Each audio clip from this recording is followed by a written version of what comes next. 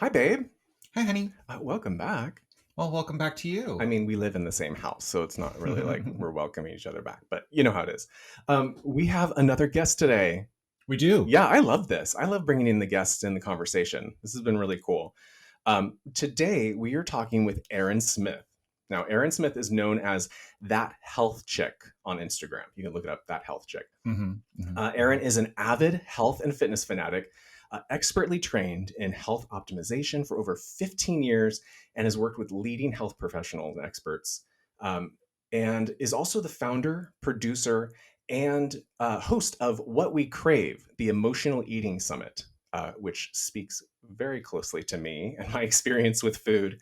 After 30 years of struggling with emotional eating, food addiction, and shame fasting, Errin has become obsessed with understanding what the root cause of what we're really craving. So she's here to give us a nice, honest conversation about her experience with food and hopefully some answers about my experience with food and Nomi's experience with food. So, Errin, welcome to the Mr. and Welcome. Mrs. Thank Show. thank you so much. Thank you for having me. I already love you. I can't wait to dive in. This is so fun. You're my kindred spirit. I so get this and just so happy to come on and hang and talk and have a real honest conversation. So thank I you. love it. We're excited to have you.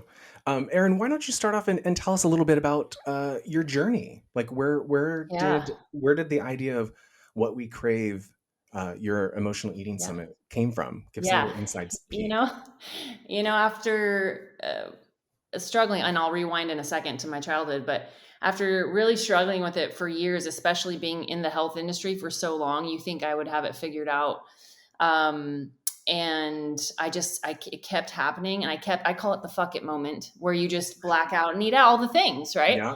And Hmm. I was like, what is going on? Because I know better. And I'm like, what the heck is going on? And I kept saying, like, there's these blackout moments, like, what is happening? And it was a download that I was talking to my co-producer, and it was just like, God, like, what is up with these cravings? And like, what the freaking crave? And then it just became what we crave. I was like, oh my God, what we crave. Like, it's something so much deeper. And then, because I had wanted to put on my own gig for so long, because I had done, produced summits for a living for other people.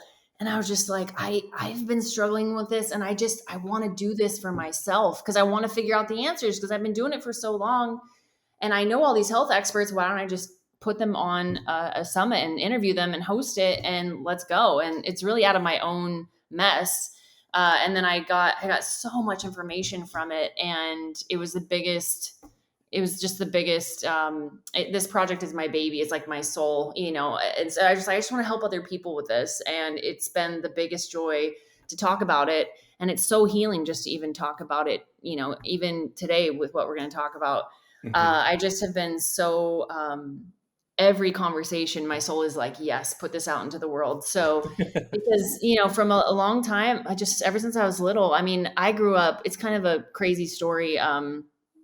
It's not the typical compared to what most people grew up with. I was actually like hyper abnormally skinny and scrawny, Hmm. and I couldn't gain weight. I was just this skinny little frail. I wish I had a picture I could hold up and show you, but I was very skinny and couldn't gain weight, and all I wanted to do was look like the cute girls at school, like just get boobs and fill out and like have the boys like me, because all we want to do is just be loved, right, and I be can relate to accepted. that. Yeah.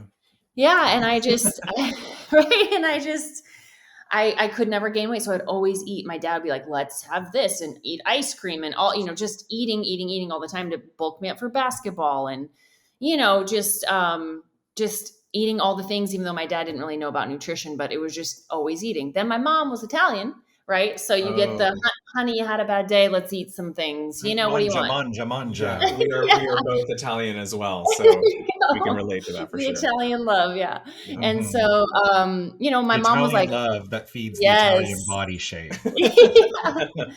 Yeah, she was always like, and our house was filled with like Costco muffins and Costco like everything, which is all Hmm. processed food. And of course, I'm that's good to a fifth grader, sixth grader. You're just like, yeah, eat all the things. There's red vine licorice and like, all the mega packs of all the stuff that kids love to eat at that age. So I was always hungry and never nourished because I was just not eating the right foods, but also I was skinny, just so it was a perfect disaster for wiring my brain to eat all the things all the time.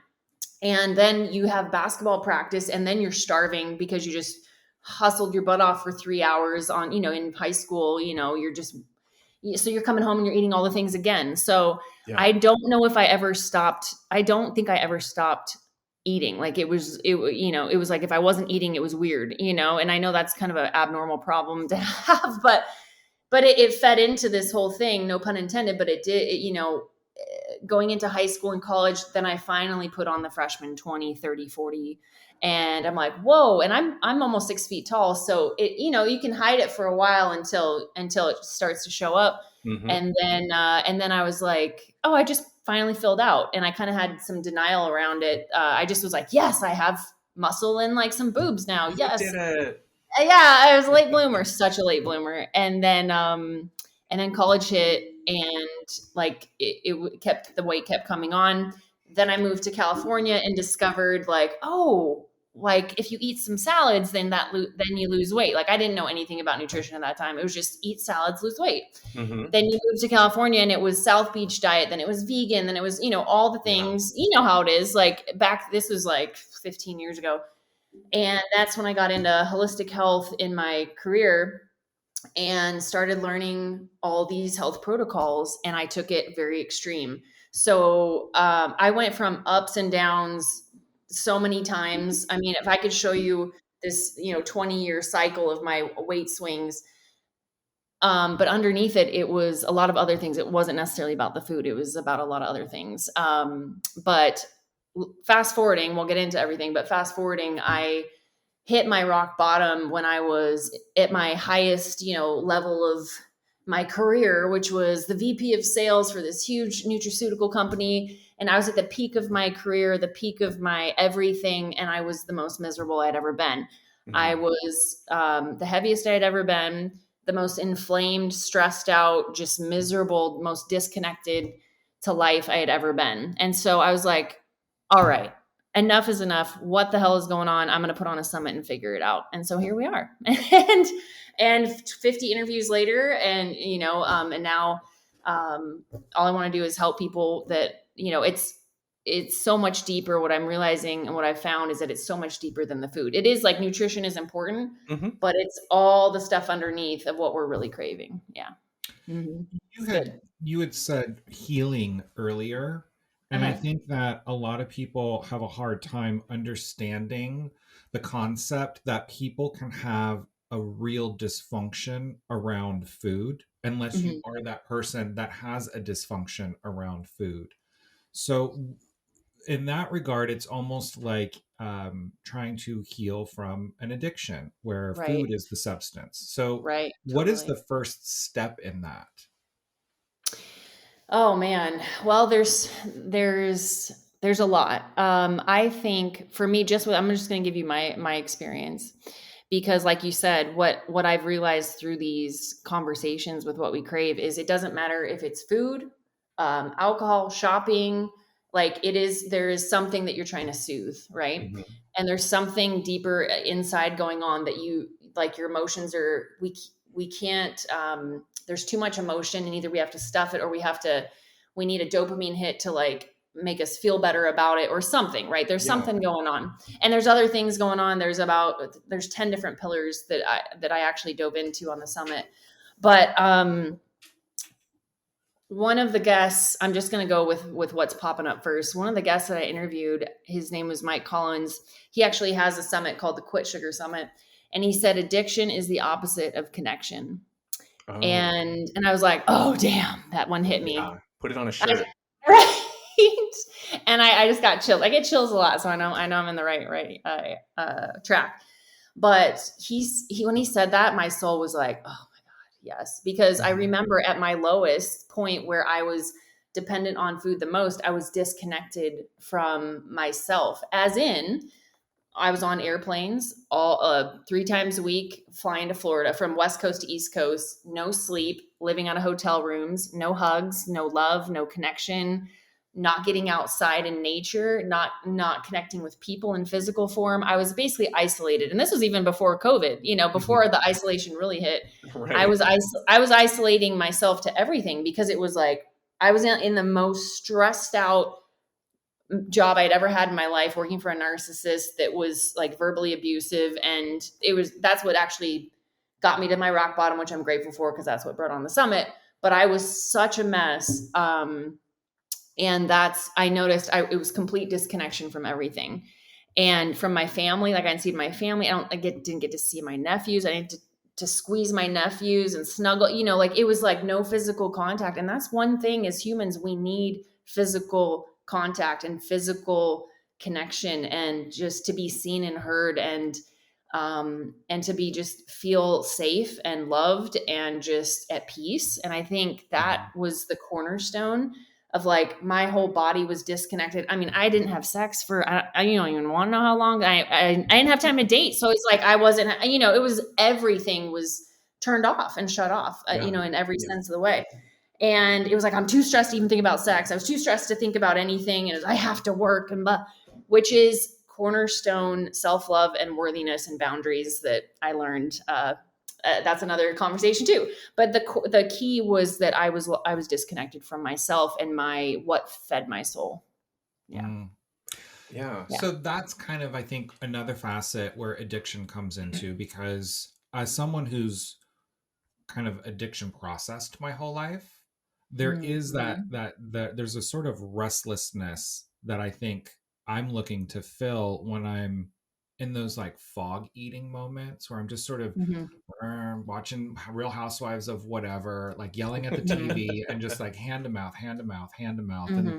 And food has been an issue for me since I was 10 years old. That was when I think my eating disorder started. My mom, that's when I started taking Dexatrim because you could get it over the counter, and knew I was doing something wrong because I was hiding it in between my sweaters in my sweater drawer until my mom found it. And, so it's been a struggle. And then I started smoking. And when I smoked, it wasn't a struggle. And then when I quit smoking, food became a struggle again. And then in between those moments of struggling with food, I was playing around with other substances and had a lot of fun, but the substances never really did what food did for me, which was to create, I think, a real sense of self-loathing. Because every time I disappointed myself by binge eating, then I would beat myself up and, what you had mentioned earlier, shame fast. Yeah. Yeah. So that hole, that need to have something filled, I think, is a big part of it too. Yeah. Oh, for sure. And that could be so many things. And I want to even preface this whole conversation with saying, like, I think it's different for everybody depending on what you need.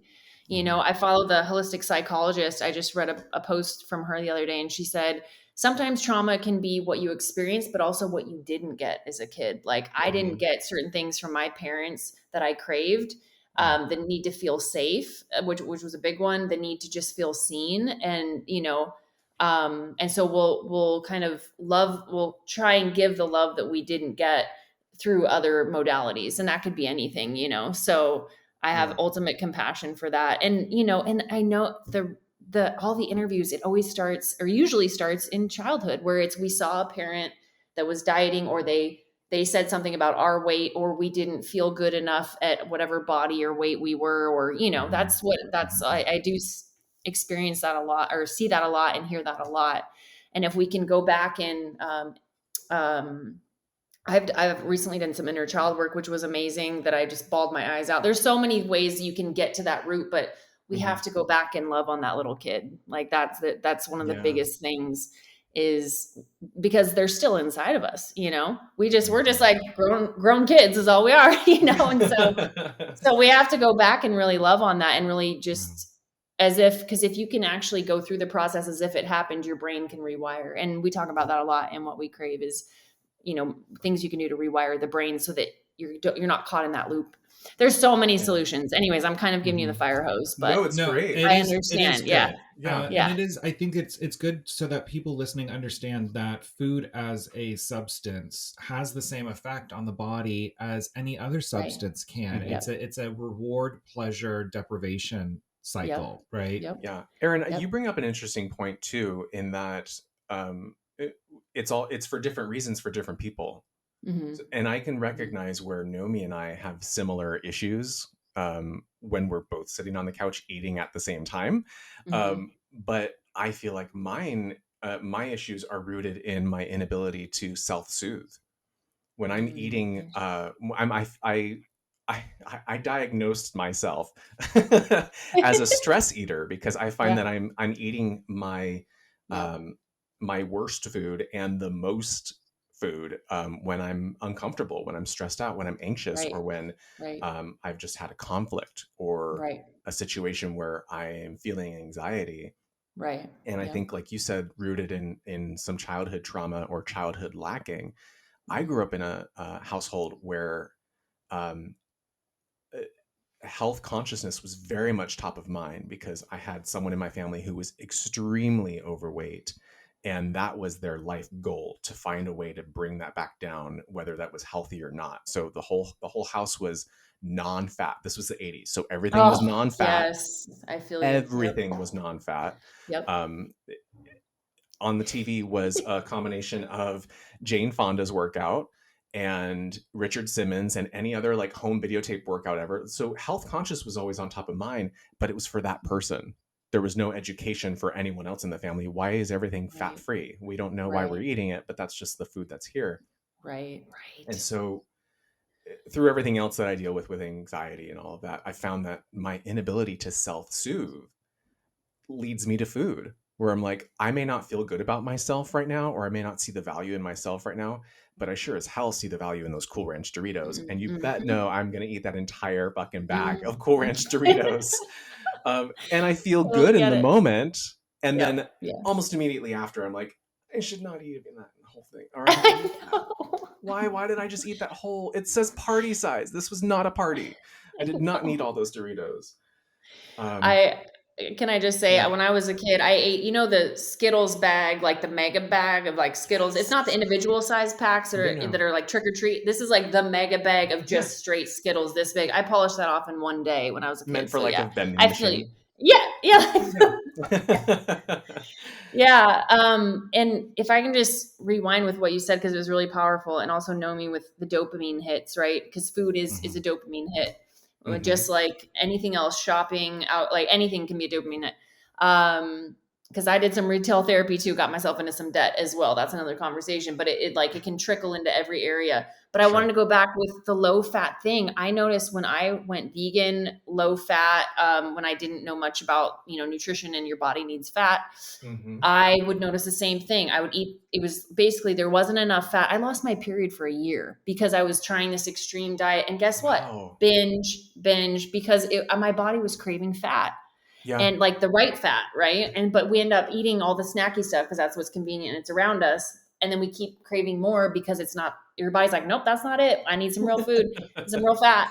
But I tried keto after that because I remember I had my first sip of bulletproof coffee and it was like my whole body turned on and I was like, oh my God, I'm alive, and it was because my body just needed fat. And so, I mean, take it from me, who's someone who understands like being around no fat, high fat, low fat, restriction. And when really we're just craving real food, and that's from a nutritional standpoint, that's just one thing. But also, like you said, with stress, we're craving peace, and we have to find ways that bring peace without the food. And there's a ton, but I know in the moment, like there's days, like I remember I got broken up with one day, met this amazing guy on Bumble. This was a long time ago. And I was like, oh my God, I think he's the one. And we like met up, and then it just all fell apart when we met up in person. And I remember I went to the Bulletproof Cafe in Santa Monica and I ordered like 50 things. And I was like, I just need to eat my feelings right now. I'm so pissed that this didn't work out and I just needed to soothe. And I didn't know how else to do it. And so sometimes we just don't have the tools or we just don't know which tool besides food would work for us. And we just have to find it, Yeah. and they're out there. Yeah. I think that's where I feel with me and Nomi too. We've had those Yeah. moments where in that search, we've gone to the diets or the fad diet or like the thing of them. Like you were talking about veganism and ketoism, and we've gone through that in the last like, what, 5 years or something. We were vegan for an extensive period of time. 3 years. Yeah. 3 years. But our reasons for being vegan were different. I was not vegan for dietary reasons. I was vegan because I don't like the way that the food industry treats animals. Right. 100%. I'm with you on that. Yeah. Yeah. And then once we went there, we went to keto. It's funny, you find those, like we started as vegan first and went to Veggie Grill like every day. We're like, we're eating healthy and we're eating vegan. Like, no, a French fry is a French fry, girl. It's still fried in Oreo oil. is an Oreo. I know. And that's the thing is I was numbing out when I did keto. I started numbing out on the keto cookies and the keto ice cream, and like Bulletproof Cafe has keto everything and it's healthy. Therefore, let's eat all the things. Right. And you should have seen my gut. I literally looked like I was 7 months pregnant. I usually have my photos that I can hold up, but they're horrific. I'll send them to you guys later so you can actually know. Like my gut got my gut was so inflamed, and like you can see like I don't digest dairy and you can see the inflammation, but I was like, nope, it's keto. So I can keep eating. And I was in I was in denial because I was so stressed out. And again, I finally, after doing the summit, I was like, there is no diet. It is literally just eat whole food and whatever feels good in your body, but make sure it's whole food and all the nutrient, yummy, delicious, like nourishing foods. It's all about nourishing versus neglecting. You can just find foods that nourish you. And I found the snacky foods, processed foods, always just want to make you eat more, and you're never satisfied. So you just keep eating all the things. And it's like, if you had this beautiful, yummy, whole food, whatever plate of yumminess that you love, you're seriously nourished and you don't binge on it. Cause you're like, your body's like, I got what I needed. Thank you. But that took me like 25, 30 years to figure out, I'm like, that's way too easy. It's gotta be harder than that, Well, I think my biggest challenge is sugar. I think my body responds to sugar really well in the way that I'm looking for it to when I eat sugar. And it takes me about 3 days once I've introduced sugar into my system it takes about 3 days to get those cravings to go away, where I'm not always like, hey, babe, pick something up for dessert from the market every night. Yep. Yeah. And I look forward to that slice of cake with my coffee, or those 4 cookies with my coffee. But for me, it's also not, I have good moments and bad moments with my disorder, but it's not so much about eating those things, because there are times in my life where I can sit down and literally have 3 Oreo cookies with my cup of coffee and I'm fine for the rest of the night. But when I get to that stage in my mind where I hit bored and or restless, then food is the first thing that I go to, because it's like, I need this to create the cushion to deal with the boredom and the restlessness. And then I'll work through whatever it is that I'm feeling. The challenge is that those food hormones always end up hijacking me halfway through that process. And then I go straight to the fuck it moment. Totally with you. I so feel you. I remember when I was working from home, this is one thing for me. When I was working from home, I remember I'd catch myself going to the fridge every 10 minutes because I was at a job that I was so stressed out on and I was bored with, and, not in my purpose, not in like happiness with it at all. Not saying that's, your situation, but for me, I was like so bored with what was happening that I was like, it's not feeding my soul. And I was like walking to the fridge every 2 seconds. I was like, and I just would be like looking around again. Like I've never looked at the inside the fridge again. I'm like, what the hell is this? So I feel you. And I love especially because it's fall right now with like the yummy, cozy coffee and the like pumpkin everything. Hell yeah. I still eat those. I found healthy alternatives that make me feel good. So I don't have the sugar crash and feel like crap at the end. So there are alternatives that are amazeballs that I am like, thank you God for like these amazing freaking treats that are available now, because you don't want to feel restricted of life. It's like, if that's what you love and you're like, I freaking love this, have it. I think you just got to find something that works for you where you don't feel the blah, and then you want to eat 20 more. So I've definitely hacked it. I've found a few things I can fill in on that I've found that work for me. But again, it's like, I found like a kind of a paleo pumpkin bread that is just, if you can find the recipes that jam with you, it's like you can still enjoy it. For me, what I noticed is I'll have one every day in fall. I don't care, but if I'm feeling like I want to eat 20 of them, then I'm like, okay, I got to check in with myself. Like, what's up? So it's a balance, because you got to live life, and you gotta enjoy life. You don't want to go through life feeling restricted. Like, I can't have that pumpkin bar with my coffee, when it fills your soul and you're happy. But that's when I notice, when I want the whole pan, something's up, and like to check in. So I made this whole checklist of like, what have I not done today that, that I've learned from the summit that I'm craving, that I'm trying to nourish with food. Yeah.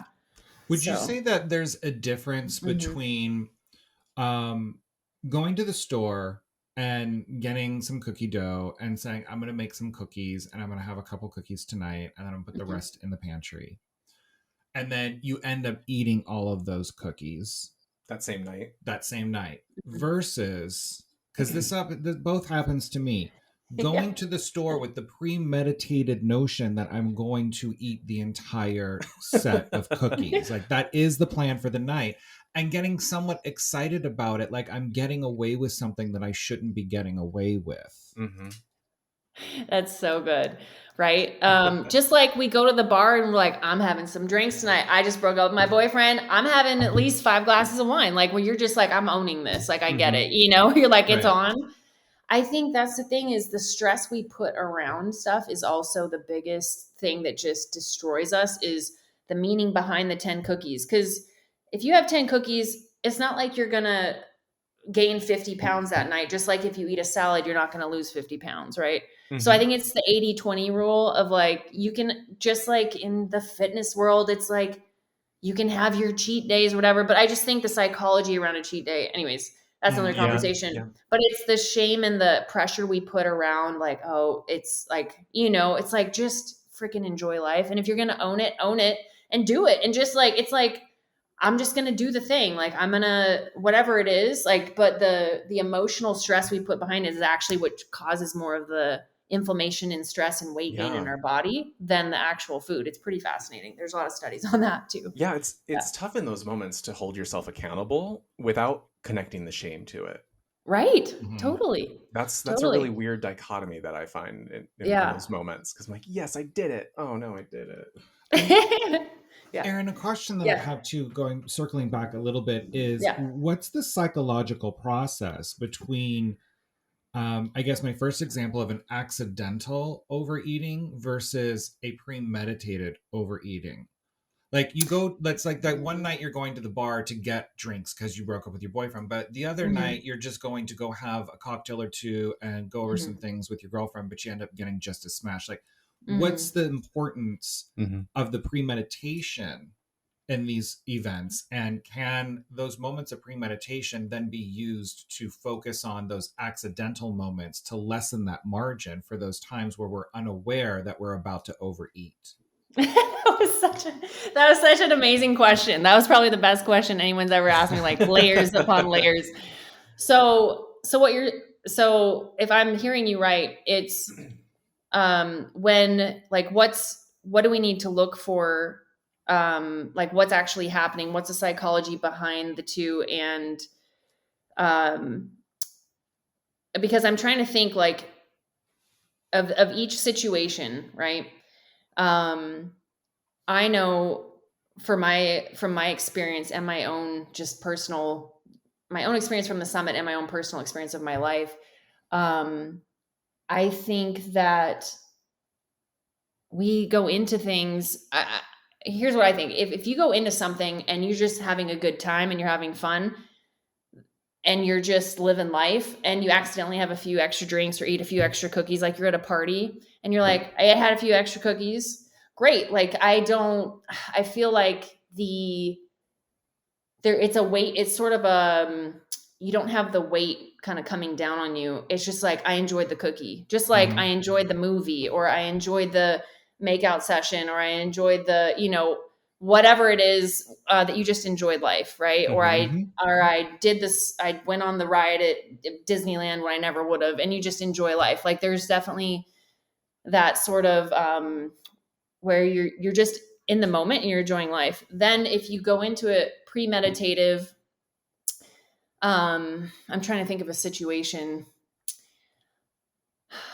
There's so many, but for me, I feel like if the last time where I was like, okay, I'm going to go into this and I'm not going to have the cookie, I'm not going to have the things, and I really want to stay on my goals, right? I feel like that ends up sabotaging everything more than if I just go into it going, I'm going to enjoy myself and have a cookie and not feel guilty about it. So I don't know if that answers your question, but I feel like there's more of if you premeditate, sometimes if you're in like a mindset of I love myself, and like you're like, I'm not going to have the cookie because I have the wedding next weekend, and I'm like, you guys enjoy the cookie, I'm good. But if you go into the Christmas party of like, I'm not going to have the cookie, I'm not going to have the cookie because there's so much like, don't do it, it ends up sabotaging you. Mm-hmm. And then and then it's the shame spiral and you end up eating more. So I think it comes from a place of like self-love to me. And I'm trying to think of the guest that talked about this, but anyways, it comes from a place like rooted in just self-love and kindness to yourself. Mm-hmm. So I don't know if that answers your question, but I went off on a tangent there, but yeah. That's okay. Well, it kind of sounds to me like what some of this might be stemming from is a deprivation, maybe from childhood or from early adulthood, that we are either aware or unaware of. Because what is it you said earlier? Always hungry, never nourished. And I feel like, you know, as a child who grew up in multiple households and was oppressed and had to struggle for my autonomy, there was a lot of deprivation. So when I was 17 and I moved out on my own, everything that I did was about pleasure seeking to make up for that deprivation. And the older I got and the more successful I got, the higher level of that satiation needed to happen. And it's still, like I said, there's a restlessness or a boredom that happens, and I'm just looking to fill something. And I feel like at this point in time, I've satiated that deprivation. I've shown myself more levels of pleasure than I experienced pain as a child. So why do I still wrestle with the need to either pleasure myself through overeating or punish myself through overeating? And where's the line between the two once you're at this level? Oh man. So there's so much gold there. So one, the nourishment versus the neglect was those are my two words that when you're experiencing when you're seeing food is like I'm neglecting myself by either starving or not eating the thing and not versus like nourishing yourself with all the things so you don't crave the sugar or whatever. And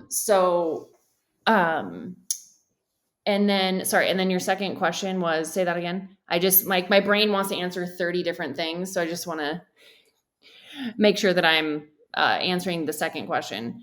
It was nourish about yourself so much. It was about feeling like I've reached that point where I've achieved the balance of pleasure to counteract the deprivation that I felt as a child.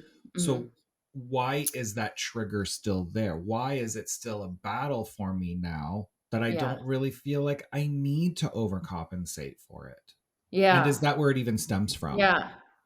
Well, that's what I was going to say. The nourishment of pleasure, in whatever way you're getting the pleasure, maybe there's something else that your soul is craving that it needs that might be something else. A Parliament light.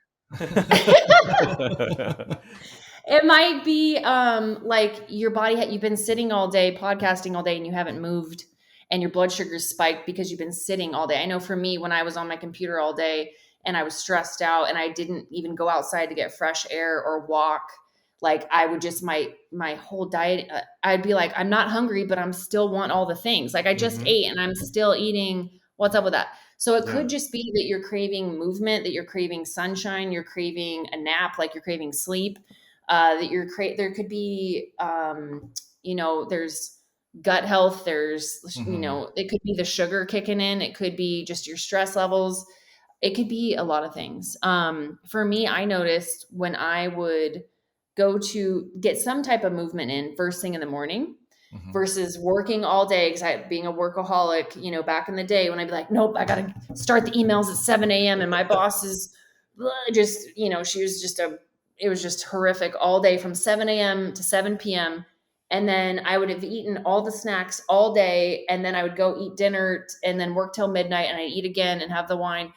Versus if I notice if I work out or do something for me and my soul to nourish myself first thing in the morning, my blood sugar is stable, my stress levels are down, my cravings are way down. So I noticed like that for me was a huge thing, just shifting a few of my daily habits, that sometimes your soul just needs something else, So even though you experience pleasure, like for me, because like I could go do a spin class and that's my form of pleasure, or beach volleyball or sprints, but I would still catch myself overeating because I was too stressed out, or I didn't sleep that night, or I was stressed out because I put myself in a 30 grand in debt and I could feel the weight of the debt, like piling up. And then I would like eat to soothe the debt, Granted, I got myself out of debt and all of that and through healing, like all this shit, over the past few years, but I'm really proud of that. But I noticed there's just something else, and there's a whole pie of stuff we should look at. And again, no pun intended. I'm talking like a pie chart, not a pie. A pie chart. I'm triggered. This is over. We're done. Pumpkin pie. I'm going to McDonald's for a couple apple pies. Pumpkin pie with a pumpkin spice latte. I know. Do you guys remember when McDonald's had cherry pies as well as apple pies? And that was like, I preferred the cherry pie. Yeah. I never got into the pies, but you give me a Reese's peanut butter cup blizzard milkshake, and I'd be like, just give me all the things. But so for the next half hour, we're just going to talk about the foods that we want to eat right now. One question I have for you, Errin, is first of all, I hate vegetables and I hate working out. So the two things that I could do that I know really would make me feel great, and also like the way that I feel about the way that I look, for some reason, don't want them. And I don't know if that's still a self-sabotaging effort, but unlike other substances like cigarettes, alcohol, cocaine, you don't need any of those to survive. So when you want to go off them, you can abstain from them and kind of release that pull. But food you need. So when food is the substance, when food is the struggle, how do you say to a smoker, you can have one cigarette a day, but you cannot have more than that? Yep. I know. And that one cigarette a day leaves you wanting it for the rest of the day. I know. I interviewed Drew Manning on this, where he was like, yeah, we have to eat every day. This is like the worst addiction ever. Cause it's like having gas stations full of, for heroin, like say you're addicted to cigarettes, heroin, whatever. And it's like, pretend there's gas stations of it everywhere. Like, and you have to have it 3 times a day. You know what I mean? So I totally get that. And that's why I'm so obsessed and fascinated with it, because we have to eat every day. And it's the hardest thing to it's in your face all the time. So for me, for someone who doesn't like vegetables, I have a hack for that. That's why they call me the health chick. Like I've gone to every health conference. I know the best, like the Teslas of like the health supplements, like the best of the best. I've tried them all myself. I used to work for a superfood company. There is actually a company in San Diego, California, right down the street from you guys, called Nanogreens. And and there's probably a lot of offices that carry it near you, because there's a lot of, health offices, health wellness centers, blah, blah, blah. But it's the best tasting, highest quality I've ever found. And again, this is me. I've tried and I don't get paid for saying this. This is literally just me from my heart giving you the best hack. That was my gateway into the health space and into losing weight and beating my cravings. Okay. Because what's happening is, and that's why it was made. It was actually started, a doctor started because cancer patients needed food to eat and they couldn't have sugar, but they needed high nutrient dense food. So they freeze dried all of these superfoods into a powder so that they could take it in like a supplement shake, because they couldn't eat anything and keep anything down, and they needed nourishment. Then they changed the formulation. They sold the company, and this amazing French, this guy named Vincent, took the product and made it actually taste good and absorb really well so that you feel it immediately. And just, he made it the most incredible formulation I've ever found. And it's 55 ingredients, 55 superfoods in one, it's freeze dried. So it's in one scoop, and it's 80 calories and 2 grams of natural sugar. And it's 10 servings of high antioxidants. So what happens is you're getting a scoop of nutrients that your body is built to run off of. So you're getting high octane gas, in your tank. So when you have that amount of concentration of nutrient load at that level, it squashes your cravings. Because your body's like, thank you, I've got what I finally needed, because your body is made to live off of nature. And so you're just getting a high dose of it. So it's like filling up your gas tank. You don't need any more, you're not craving anything because your gas tank's full in a way. So I noticed I lost a dress size without even trying, because you're not craving as much because you're so nourished. So you don't eat as much. Not that you're not trying to diet. You just don't crave extra stuff. You're full. And then on top of that, it's got a dandelion and a couple other things for the liver. So it naturally detoxifies you. And toxins are stored in fat. So if you can get rid of the toxins, the fat goes with it. So when you naturally detox, you'll just naturally lose weight. And I'm not saying that to be an end all be all weight loss, but it's just a natural effect of giving your body what it needs. And so that is the best hack. And you will see your cravings change. Have 1 scoop a day of that. I've taken it for 15 years. It's also anti-aging. There's other amazing benefits, but I swear to God, that was my number one game changer for cravings and feeling good and dropping your sugar and losing weight for sure. Yeah. Well, I think we need to check that out. Yeah. I'll go get that right. You guys finish up. I'll go get some right now. I'll be right back. Right down the street. I'm trying to do right now is that we've all seen the Kachava tribal shakes, right, on Instagram. So I'm doing those to try to get my nutrients, and I do take vitamins that my doctor said, based on your blood work, you need this, and this. But yes, you mentioned detox, and I want to sidestep into that for a second, because I think people have a misconception of what a detox is, and the way that a lot of people talk about it, including people who say that they are in the nutrition game, like Bethany Frankel. Detox is something that our bodies are constantly doing. If our liver is functioning and our kidneys are functioning, our body, whether we're eating or not, is going to be detoxing whatever needs to be detoxed. But when we reference outside of normal function, a detox to me is when you have an accumulation of toxins that your body can then no longer properly process. You need to scale back in a dramatic way to reset the function and kind of knock the needle off the scratch. Is that correct? And if so, can you elaborate a little bit more about that so people understand what they're actually hearing or meant to hear when they hear the word detox? Yes, because it's so in vogue, and it can mean, there's so much stigma and means certain things. And in my world, being in holistic health optimization, where you see the biohackers, you see the high-end medical doctors, naturopaths, functional medicine, I've seen all of it. It can mean different things, because you have the cheesy foot detox, pads at the gas station. Just taking the dirt off the bottom of your feet. Right. So you have those. Then you have the high end detoxes that are 2 days, and then you have your juice detoxes. Then you have this, and then you have protocols. There's so many. And what I've learned from working under these experts, I actually did a detox and I absolutely wrecked my health. So you can take it too far, and you can do it the wrong way and absolutely wreck yourself. That's another story. We'll save it. But I ended up in the hospital because I did too much, and I wasn't paying attention, and I was just I'll just do whatever detox, and just because it's good for me. It was on YouTube. And I didn't work with a practitioner, what I've learned, one, your body, because there's so many environmental toxins coming at us everywhere, especially in California, where we've got the fallout from the planes, the exhaust, just every day. we're just kind of in a Wait, soup. stop. What? What? What? You didn't know about plane fallout? I mean, it's everywhere. Are we moving? It's just Fucking Kylie Jenner, damn it. I'm telling you. Did she talk about that too? Oh, geez. No, but she Her like goes private to jet. check her mail with a private plane. Oh, I see what you're Like saying. she's just she Right, overuses right. the luxury of the private jet.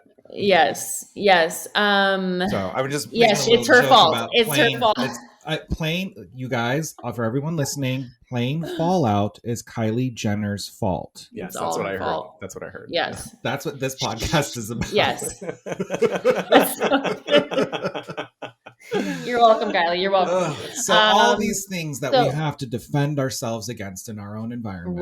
Right. Your liver, it's almost kind of like your body comes with a trash can and it can only handle so much trash before it starts spilling over, right? It can only handle so much toxins, whether that's what we're showering in, our makeup, our deodorant, what we're alcohol, anything, right? It's just our environment has so many toxins in it. We have to constantly oversaturated. We have to constantly just give ourselves some liver love every day, which is why I love Nanogreens, because it's a gentle daily detoxifier. It's not like a big, I have to go to a clinic and go detox.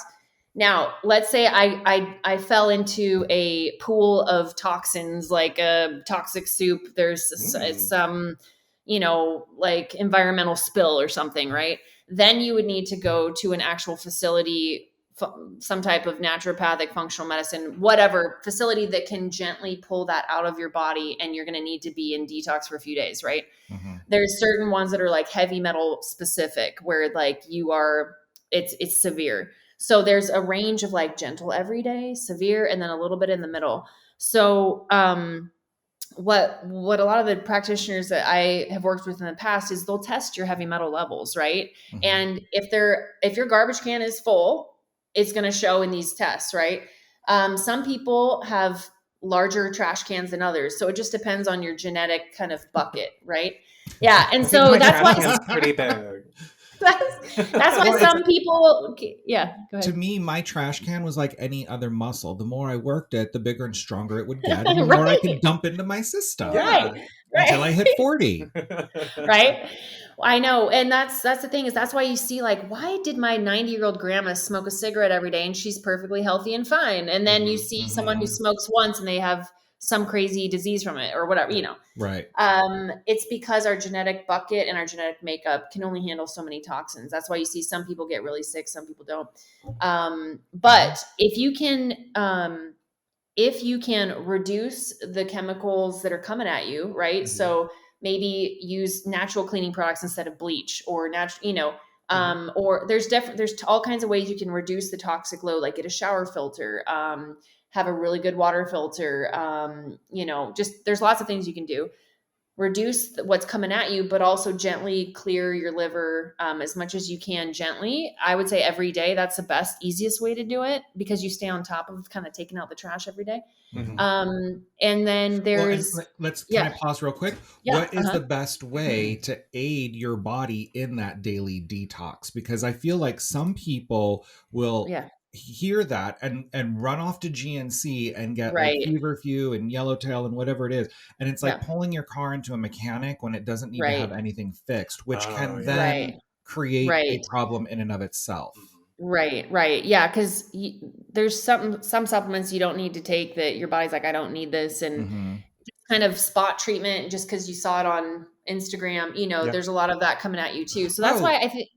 Yeah, go ahead. Sorry, like colon broom. Okay, so there's this IG ad, right? I stopped going to the gym and I lost 30 pounds just by taking colon broom. Well, I looked up what colon broom is, and it's just psyllium husk. It's Metamucil, and they're paying like 3 times the amount that they should, because they're getting it from an ad on Instagram, when really what they're just taking Metamucil. They're taking psyllium husk fiber. Right, exactly. And that's the beauty of marketing is no matter what it is, if it's in the health space or the dating space or the car space, like there's so much crap out there that they're going to get thrown at you, you know, Mm-hmm. and in the health space, it's so confusing because you don't know which one to take, which one's quality, which one's good, which one works. Yes. And there's a lot of people that become victims of the marketing like bullshit, you know? And so that's Absolutely. why I listen to trusted podcasts, and I also find a practitioner in my area that's highly recommended that has practitioner level products that they'll do the testing and give you supplements that actually are high end, that are not like what you would find on an Instagram ad. Even though there's some good products on Instagram, don't get me wrong, but the majority is, you know, you just don't know what you're getting. I agree with you. Yeah. 100%. There are some good things, but when it comes to one's health, I don't think we should be turning to social media for those cues. I do think we should be going to our doctors, and we should be going to nutritionists who are actually, nutritionists don't carry a medical title, but they are specialists in the field of nutrition in a way that doctors can't. So I always try to create a synergy with my health team. And my GP is actually a doctor of osteopathy. So he looks at the entire picture from head to toe. And I think it's really important to just ask the questions rather than clicking the button to shop now or running over to GNC and letting some guy who's just there to take your money prescribe you something that's unregulated. Yeah, totally. And a lot of I feel bad saying this, but a lot of products at more retail places have more fillers. They don't have they're not tested for like heavy metals or, you know, so it's the same thing with hair care. Totally. It's all filler ingredients at the store level, and that stuff atrophies the health of your hair and scalp. Right. Exactly. And so I feel like in every industry, you're going to have like the basic high, you know, nice, like medium, and then the high end, really nice stuff. That's our level. We're They're like, give me the insurance good stuff. policies, right? Do you live a very mild life? Then you can have this basic plan. Do you live a moderate life? Then you're going to need the middle plan. And if you're just out there every night living like a weekend warrior, then you're going to need the premium insurance policy for that health. Exactly. And honestly, I've become a health snob with like, I won't settle for, like, you want the best products in your body because you get the best results. So instead of spending a little less for some like okay stuff, spend more and get way better results. And you feel, that's the thing, is like, you feel amazing. Like this one product that changed my life that was really pivotal for me with my emotional eating it's called Upgraded Formulas Magnesium. And it's a magnesium that is like high level, right? And it got me into the deepest, most nourishing sleep of my life, to the point where I woke up and I didn't even need coffee. I was like, what? Like, just like when it got me into the deepest REM sleep, and I felt so like, just my soul was like, thank you, because I wasn't getting deep sleep, which is a problem when you're stressed out and have adrenal fatigue or you've got leaky gut. But sleep was my gate, like the superfood powder, getting my stress down and sleeping was the gateway into weight loss and my emotional eating, because it doesn't matter how healthy you eat. If you are not sleeping, your stress is high. You can't burn fat. Your cravings are out of control. Your mood is out of control. And then you end up eating more because you're in a bad mood. It's like sleep is the gateway for hacking so many things besides the superfood powder. It is, so, and that's our daily reset button, isn't it? Every time we go to sleep, our body goes into repair mode and you know, clear some stuff up, which I have a question for you in a second about. Yes. So anyways, that magnesium was game changer for me. So cause you know, there's a lot of moms that are like, girl, I'm sleeping 4 hours a day with kids. Like, good luck telling me to sleep. And I'm like, I get that. But make sure it's 4 hours of deep sleep. You need that deep REM sleep. So that was a hack that changed my life. And that's high level, very affordable. You know, you can get it online, but again, I'm not getting paid for this at all. It's just my favorite. They're my favorite products because there's so many magnesiums. It's like, how do you know, Yeah. But that's also what makes your referral, if you will, that much more valid, because this is something that you're using yourself, and it's something that you believe in yourself, and you are not getting compensation for it. So there's no bias, there's no horse in that race, if you will. Right. Yes. Yeah. What was your question? Insomnia. I have bouts of insomnia, and I seem to be doing much better with it. I've found that these Ollie sleep gummies really Yeah, I've help. tried those. Mm-hmm. I was taking melatonin. I was taking 10 milligrams of melatonin, and it was doing nothing for me. These Ollie gummies have like, I think 5 milligrams of melatonin in them, but then they have like I think lavender, theanine and chamomile, And they're Yes. and gummies. GABA. They're so yummy. So GABA. they're really Yes. great for calming. They don't really put you to Yes. sleep, but they stop the gears and the wheels from turning long enough for me Yes. to hit that place. Now, I Yep. don't know that I always get into deep sleep, or I'm just confused by the dream state, because I have a lot of lucid dreaming. And when I'm dreaming, I'm thinking, oh, I'm so deep in my sleep that's I'm dreaming. But then I just read somewhere that like all of our dreams happen like the last 20 minutes before we wake up. So I have no idea the Interesting. quality of Yeah. sleep that I'm getting, but I feel like it's getting better. And then I That's also do good. some intermittent fasting. So I know I go into like autophagy, and so I'm going into cellular repair. And then as I'm trying to hit that deep REM sleep, I want those two to work synergistically with each other to really rebuild. I mean, even just for vanity, for the anti-aging, like get those damaged cells out. Let's replace them with some new stuff. So to that, where do you lie in intermittent fasting versus shame fasting? Because I had to talk to my doctor about doing intermittent fasting with my eating disorder, and I'm in close touch with him and using a program to keep me in line with it. Yes, I so feel you on this. You're speaking all my language, Nomi, all my language. Well, you know, us girls. Well, you know, with like you know, like I need to give like major props to you for knowing you know what you know already. That's amazing. Thank you. Because you know It's I've an had attempt 15 to heal myself.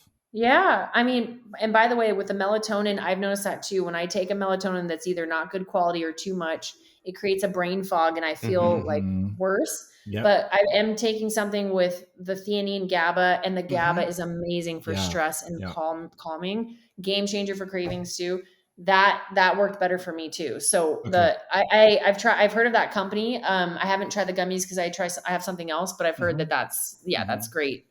I don't know that they're the best thing on the market, but out of everything that I've tried, legal and illegal, my doctor likes it, and it works, and it works consistently. Yeah. And that's the thing is you got to find what works for you. Cause there's some things that won't work for me, but they'll, you know, and vice versa. I think that's the thing is everybody it's like, we all need to fit in the same box, and it's not true. Our bodies are all bio-individual. Something might work for me. It's not gonna work for you. You got to just find what works for you, and you'll know it. And I was that kid that had to have a glass of milk with dinner every single night, except Friday night when it was pizza night. And it's like, and it was 1% because it was the non-fat era. So I just had to sit there and look at that milk grayish water rim around the top of the milk. Be like, how much food can I get in my mouth so that I don't have to taste that? Babe, I'm so sorry about those unnecessary My mom just tried so hard. Like we couldn't have chocolate cereal, but I had Frosted Flakes. And I'm like, girl, you know this has more sugar than Cocoa Puffs. But it was also like the Micro Magic era. I mean, I went off to school in the 80s, and like Micro Magic fries, a Micro Magic burger, and a Micro Magic shake.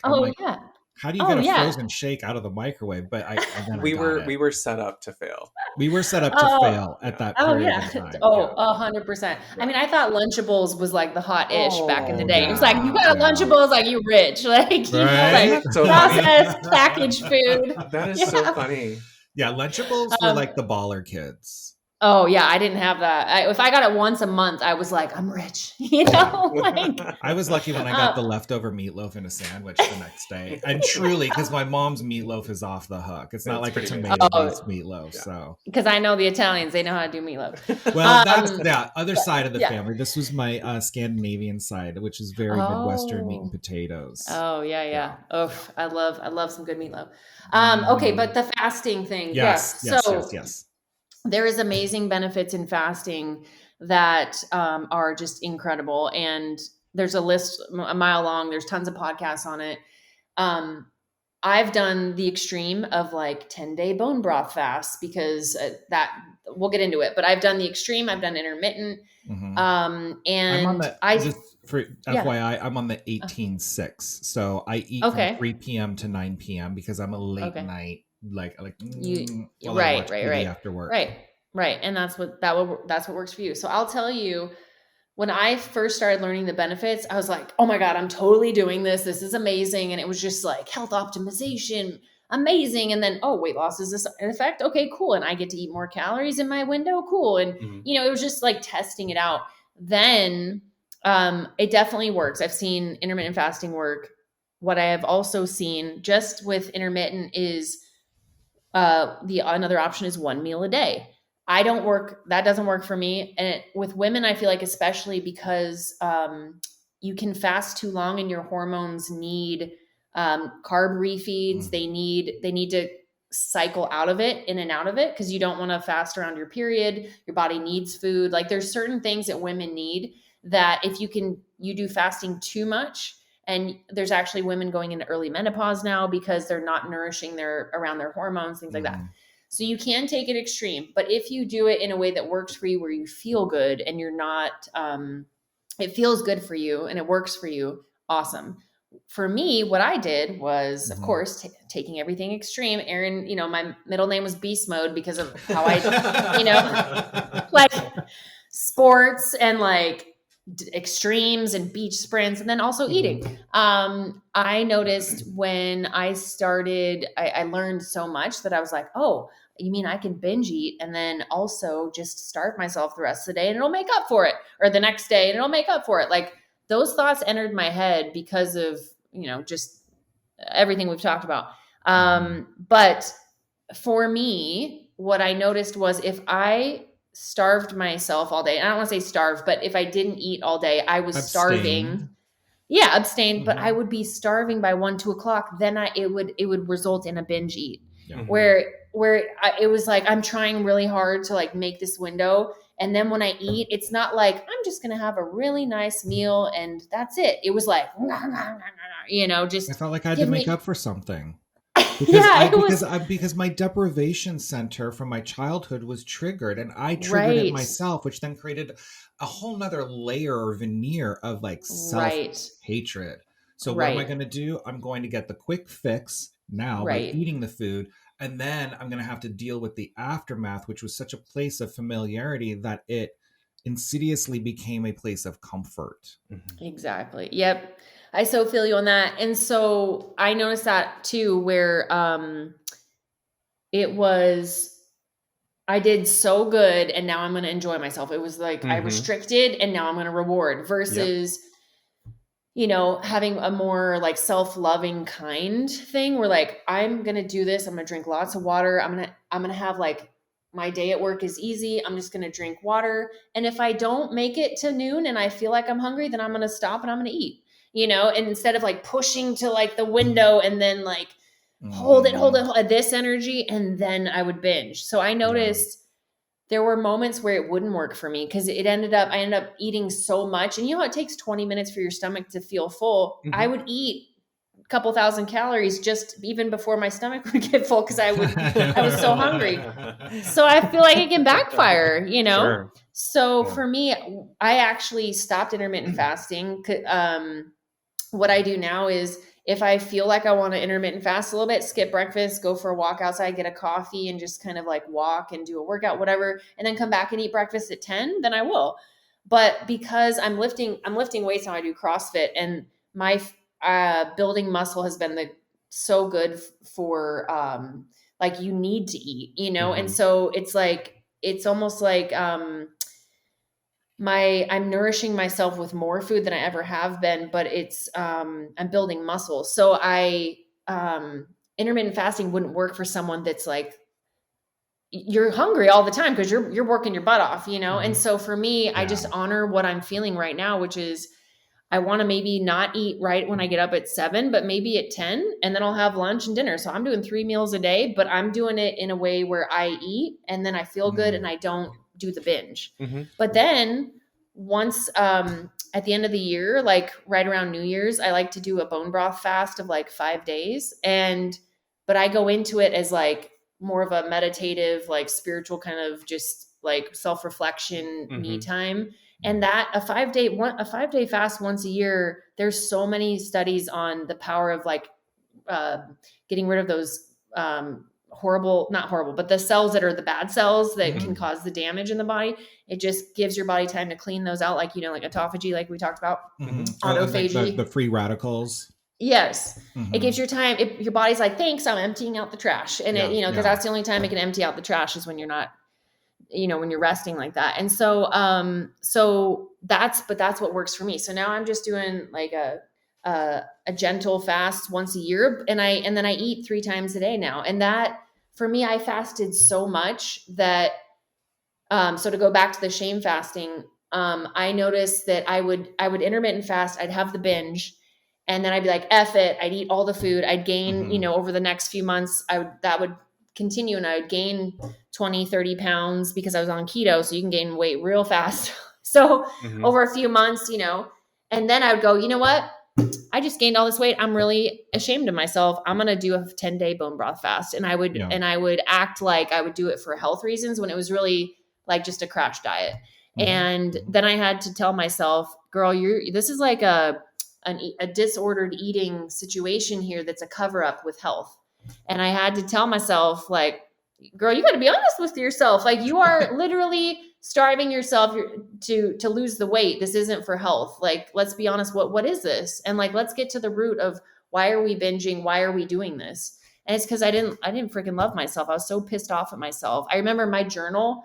I read my journal in one of my interviews, and it was just like, I feel fucking fat. I hate myself. I feel flabby. I feel disgusting. Blah blah blah. It was just like all this stuff. And so yeah, that's what turned into shame fasting. And then after that, I started What We Crave shortly after that, because I was like, I got to get to the bottom of this.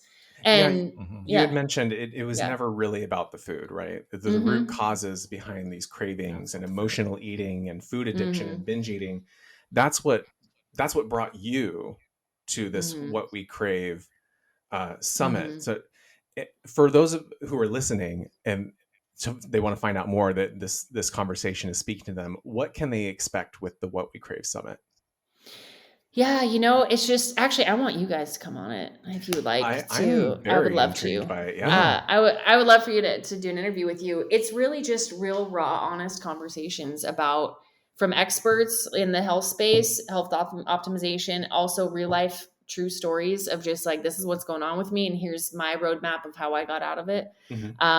It's just all the answers, and it's all in every single category, from gut health, toxins, childhood trauma, spirituality, connection to self, gut health, mindset, rewiring the subconscious. It's literally every piece that could give you the answers, because it's not the same answer for everybody. And, but I wanted to bring an element of realness, like how I love how you guys are on this, like in this space, like you just create such where you feel safe and like just held, and just like where you just can feel, you just feel like I'm sitting on a couch with like my best friends and we're just talking, And so that's the vibe I wanted to bring. It's the Megan Mullally show. It's like, a lot of summits are just like very robotic and like, next interview is blah, blah, blah. Yeah. I didn't want that. I wanted I always loved Oprah, and it's because she makes you feel like you're her best friend and that it's real, The conversation to me is, everyone always says, oh, I wish I could have been a fly on the wall for that conversation. So I figured that's what I want this podcast to be. And we talk about the tone and making sure that we're staying true to the tone. And it's about basically giving people information, but not in like a classroom type setting where I'm the expert, so I'm going to school you. Education for me has always been bringing out what already lies within. Yeah. And so to have a conversation that's disarming, that allows people to feel comfortable being that fly on the wall so they can receive the information and process it, that's what's important. So thank you for saying that. Yeah. Thank you. Yeah. And I feel like that's really needed in today's world, where we need that connection more than ever. We need to feel seen and just safe. Sure. And and that's so healing in itself, is to even just talk about it and just to hear that you're not alone, I think is really healing. And you're both doing an amazing job. So thank you. I agree with your statement that we're doing an amazing job. Yeah. I have a I love it. Oh, hold on, sorry. Bless you. Goodness. Oh, free radicals. No, that means it's time to trim my nose hairs because they're tickling that soft tissue right up at the top of the Oh nose. goodness. So I love it. Yeah. building muscle is easy for me in terms. Sorry. So Yes. building muscle for me is really easy to do just because of my body type, but I hate the process of having to do it. I did work out with a trainer years ago who had this machine, and maybe you might know about it since this is kind of adjacent to your arena. And on the front of it, you sat on it like a bike, and you didn't pedal, but you rode. Yes. And then on the back of it, you just stationary or static arms, but then your pedals, right? But your feet were like this. It wasn't like this. And I know exactly I did that 3 times a week, 10 minutes each time. And not only did I get into the best, fastest shape of my life, like in a couple months, but I do remember, and you said something earlier, like when you're really building muscle, like I would go home after work ravenous, not just hungry, ravenous, and beyond like hunger pains. Like my entire body was like, but he said, you got to be hungry like that if you're going to lose the weight. It's okay to be hungry when you're trying to lose the weight. So I was like, okay, it can eat my fat then. And it did. Yeah. I mean, but that machine, I don't know what that, I've never found that machine again since then. Sounds like a medieval torture device. It was amazing. It kicked my ass. I had to get off halfway between. He would have me go for a 5-minute walk around the block because your heart rate, he had me on a monitor, and my heart rate in just 5 minutes would go up to like 225 beats per minute. Yes. But it was because it was conditioning as well as building muscle. Yes. And I can't remember the name, but I know what you're talking about because I think Dave Asprey at the biohacking labs up in Santa Monica has one because I've seen it and I've been on it. And that's where I did it, was in Santa Monica. Oh, well, there you go. See, bam. That's so cute that we just put those two together. We didn't even know. That's great. But that for me, here's what the nanogreens and like any nourishment of supplements you can give yourself to nourish when you're working out hard like that is really amazing for recovery and like keeping I'm literally going to eat 10x what I normally do, minerals and just electrolytes, Redmond salt. Like there's some really good products that will keep the ravenous kind of things at bay because you're just depleted all your minerals and a lot of stuff that you're needing to refill. But I know that I noticed my one of my friends, Tara Garrison, was like, girl, when you lift weights and you're building muscle, you need to eat. So don't restrict yourself. Don't deprive yourself. Eat until you're full, but eat the right foods and enjoy your life. Have a, paleo donut, whatever, whenever. But like when you're eating your food, the worst thing you can do when you're building muscle, like you want the booty, you need the foodie. Like that was a quote. Like you need to eat. You got to eat the lean protein, healthy fats, fiber, Right. So but yes, like, do you want to feel stuffed all the time if you want to lose? No, like you definitely, there's that fine balance of, I'm not starving myself and I'm not restricting. I'm just nourishing myself till full. Wait till I get hungry, eat my next meal, and you're not experiencing I'm going to eat a whole bunch more at night because I'm still hungry. It's like you're nourishing yourself to the point of where you're listening to your body.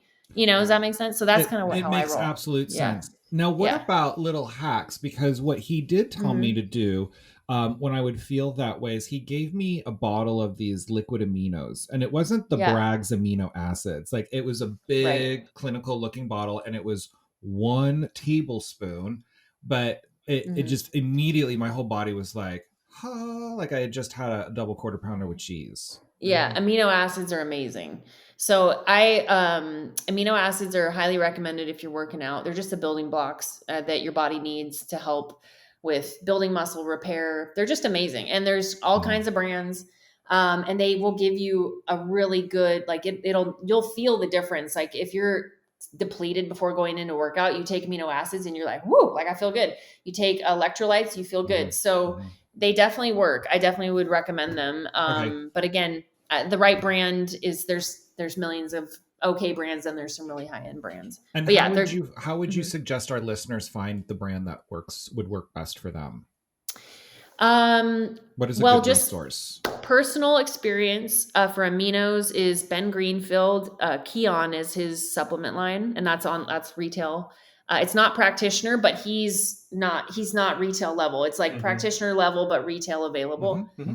Keon is Kion. That's one of the best I think that I've found. And then electrolytes and like salt. You actually need salt, not table salt, but like sea salt. I had a seizure because I actually got depleted of salt. That was my freak accident, like grand mal seizure. So yeah, don't deplete yourself of salt. Redmond's salt is they have electrolyte mixes and all kinds of different salt mixes. They're an amazing like the highest quality in the industry. Those are two game changers for sure. Yeah, and then the magnesium, the superfoods. I mean, you add just those four into your little arsenal pack, and you just watch yourself just Awesome. So the nanogreens and the magnesium. Now I'm already taking magnesium, but what is your recommendation? Yeah, the upgraded formulas. Magnesium was my upgraded formulas is the brand. Yeah. Oh, and the one I'm sorry. I thought you meant just like as a term, like, oh, you want the upgrade. You want the good shit. I was like, well, obviously. Yeah, that is the name of the company. Yeah, I see. I didn't even think about that. This is the kind of thing that you feature on your Instagram as well, at that health chick, correct? Well, my health check, it's really just clips of what we crave and my own personal favorite quotes of life. So it's more mindset, but inside the summit, we definitely talk about all the products in there, but I'm happy to, if you guys want me to send you a list for your audience of like my top hacks, whatever, I'm happy to do whatever. I think they'd really appreciate that. And I know that we would probably find some benefit to that too. And just one last time, if you could go through those 4 sort of cornerstones you mentioned about that helped you to rebalance and recalibrate. It was the nanogreens, the nanogreens. Magnesium. Yep, nanogreens. The strawberry flavored nanogreens are my favorite. Because they have green apple and strawberry, but strawberry is my favorite. Upgraded formulas, magnesium, Keon aminos, and Redmond's electrolytes, sea salt. From Redmond's, the company. That's the company's name.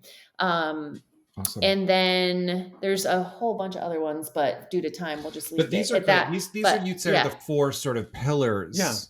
Of the beginning process of starting to rebalance your system and get out what needs to get out and replenish what needs to be replenished. Yes. Okay. And here's a perfect example. I don't know if you guys have ever done a Soul Cycle spin class, but once, and I decided never to go back. It whoops your butt so hard. You're at any class really where you're just sweating. I remember I went to Mother's Market and I got like this huge thing that I was going to get for the whole week of like this. It was just like this big meal. And it was like, oh, this is enough for, the whole week. I ate the whole thing in one sitting. And it wasn't necessarily because I was hungry.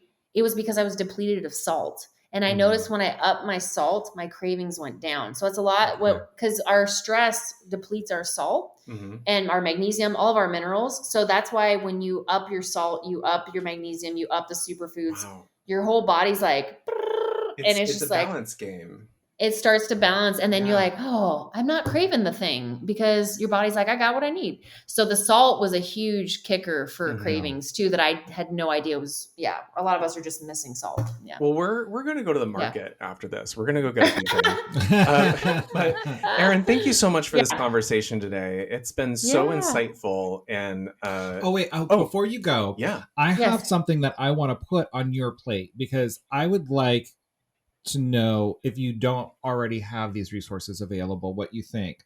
So we've talked about food's difficult as a substance to go without because we actually need it to live. And we know that sugar's addictive and that we crave sugar. And in my attempt to understand, I did some research and found out that the reason we crave sugar is because once we became carnivorous and we ate animal protein, which could have been peanut butter, but we didn't have it back then, the protein enlarged the human's brain and we learned to start hunting and gathering and we had to run to escape prey, but now we also had to run to catch our food. So our bodies became designed with shorter intestinal tracts through that process and to crave these high nutrient, high energy foods so that we would have the energy to sprint when we needed to. we're not there anymore. We're not needing to sprint for our food, but that component of our bodies feeling like they still need that reserve for that burst of energy that we used like 3,000 years ago can make it easy to fall into the sugar trap. And then the addictive nature of sugar keeps you there. So the next time we talk, which I hope we get a chance to again, let's do it. I would like to know what your, like, how do we basically bypass our body's inherent function to our own benefit? Interesting. Yeah. Think about that one. Because that's where I'm at right now. If I could learn how to flip that switch for myself, then boop, I can put the cravings on when I feel I want to indulge, and then I can turn them off when I don't want to, because now I'm choosing for myself in this modern era that I'm in, rather than the genes that have been passed down to me from thousands of years of evolution. Right. Well, I will tell you, there's an interview I did in What We Crave with David Zappasodi, and that's exactly what he does for a living. Is he gets into the subconscious, flips the switch so that you literally bypass the craving. And he works with a lot of clients. Anyways, doesn't matter. I'll fill you in later, but there is an answer for that. Yes. Great. And so, yes. Well, and you might want to even have him on your show too. Yeah, for we sure. Will. Or our listeners can keep an eye out, because we will have Errin Smith back, I think, for part 2. Yes, absolutely. But I'll send you the interview so you can watch it at least. Okay, that would be check great. it out. Yes, I think you'll dig it. Yeah.